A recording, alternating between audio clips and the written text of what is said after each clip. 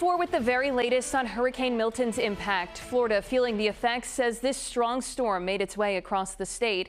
Thanks for joining us. I'm Kayla Fish. And I'm Kim Kalunian. Rescue efforts are underway in Florida, including like this one where police say they went out in boats to help those who were stranded. And check out this emotional scene from Hillsborough County as sheriff's deputies in boats found a 14-year-old boy clinging to debris floating in those floodwaters. He is just one of hundreds of rescues being conducted today. In St. Petersburg, Milton caused a crane to collapse and come crashing down on the street. The collapse left a gaping hole in an office building there. Take a look at these images from Tropicana Field, where the Tampa Bay Rays play baseball. The roof there completely destroyed, and there was millions of dollars of damage inside the stadium. And in Tampa, Milton damaged a hangar at the airport and flooded nearby roadways. The airport remains closed right now, but officials say they're hoping to get it back to being operational by the end of the day. And this video shows the Dale Mabry Highway, extensive flooding covering that heavily traveled road.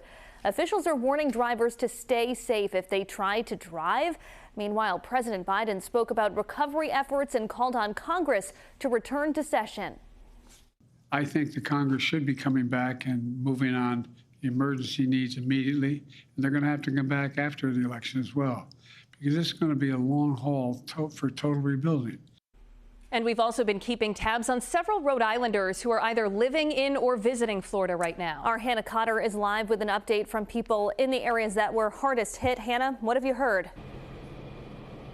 Well, Denise Fiesta used to work at 12 News, but she now lives in Sarasota, which saw some of the strongest storm surge during Hurricane Milton. She's not sure when she'll get her power back. She said it took about a day after Hurricane Ian, but that this is a different beast.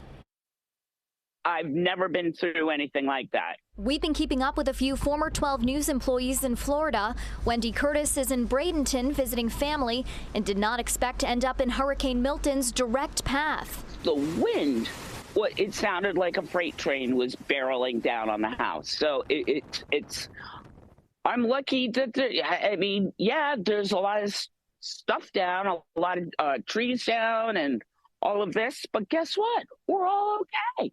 So we're good. We also spoke with Denise Fiesta, but she could only do a phone call since she still has no power or internet in neighboring Sarasota.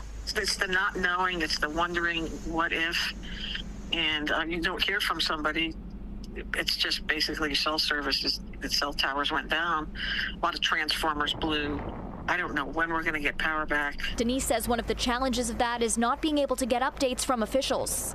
It's been very difficult to actually get anything because if phone doesn't work or it's sketchy service, you can't really listen to anything live. Luckily, one of us here has the YouTube app. Denise also said there appears to be a lot of Verizon outages, which the company confirmed on its website. Coming up at 5, hear from a Rainham woman who's had to evacuate not once but twice from Tampa. Reporting live, I'm Hannah Cotter, 12 News.